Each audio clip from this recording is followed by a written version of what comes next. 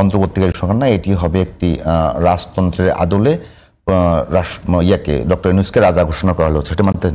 না, এটা তো বাংলাদেশের তো এক্সিস্টিং কাঠামো তো পিপলস রিপাবলিক অফ ডেমোক্রেটিক। অন্তর্বর্তীকালীন সরকার তো সংবিধানে নেই, কোনো শব্দই নেই। আমি একটু রাজা বললে না, অন্তর্বর্তীকালীন সরকার হচ্ছে না, আমি বলি উনি যেটা বলছে ডক্টর নেসেসিটি, এখন হচ্ছে ধরেন গণ অভ্যুত্থান ইটস এর ম্যান্ডেট, এটা গণ অভ্যুত্থানের ম্যান্ডেট।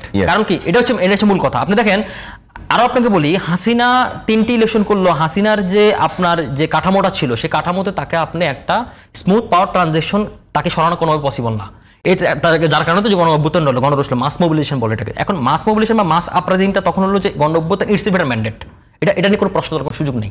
কিন্তু পরবর্তী সময়ে এখন আপনাকে আমি বেনিফিট ডাউট দিতে চাই, উনি যে বলছে জনগণের অভিপ্রায়, জনগণের এটা অভিপ্রায় ঠিক আছে, কিন্তু জনগণের চরম অভিপ্রায় না, শব্দটা খেয়াল করেন, জনগণের চরম অভিপ্রায় না। আপনি দেখেন ইভেন যতগুলো অর্ডার হয়েছে প্রত্যেকটা অর্ডার কথা কিন্তু লেখা নাই জনগণের অভিপ্রায়ের ভিত্তিতে এটা নিয়োগ করা হয়েছে, জনগণের অভিপ্রায়ের ভিত্তিতে তাকে বসানো হয়েছে, প্রত্যেকটা কিন্তু রাষ্ট্রের সাংবিধানিক ধারা অনুযায়ী মানা হয়েছে।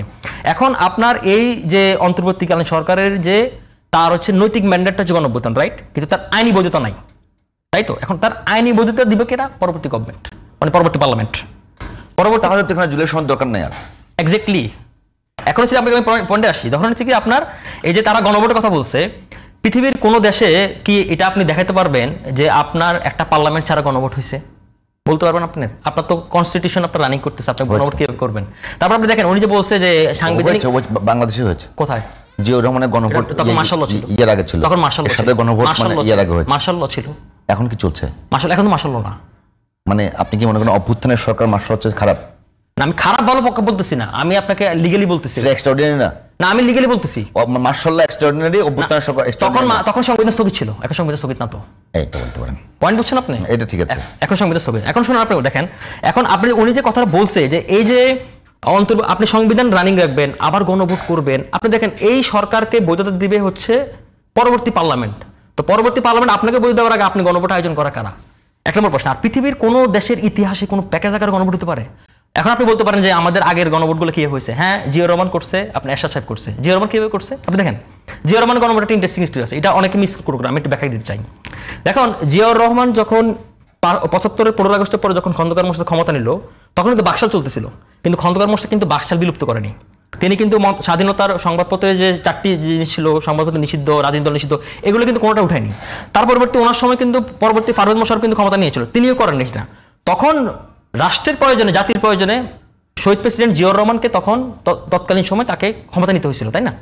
উনি ক্ষমতা নেওয়ার পরে 51 বার কুয়ের চেষ্টা হয়েছিল, 27টা ছোট বড় কু হয়েছে, বিমান বাহিনীর অনেক মানুষকে মরতে হয়েছে, তাই না?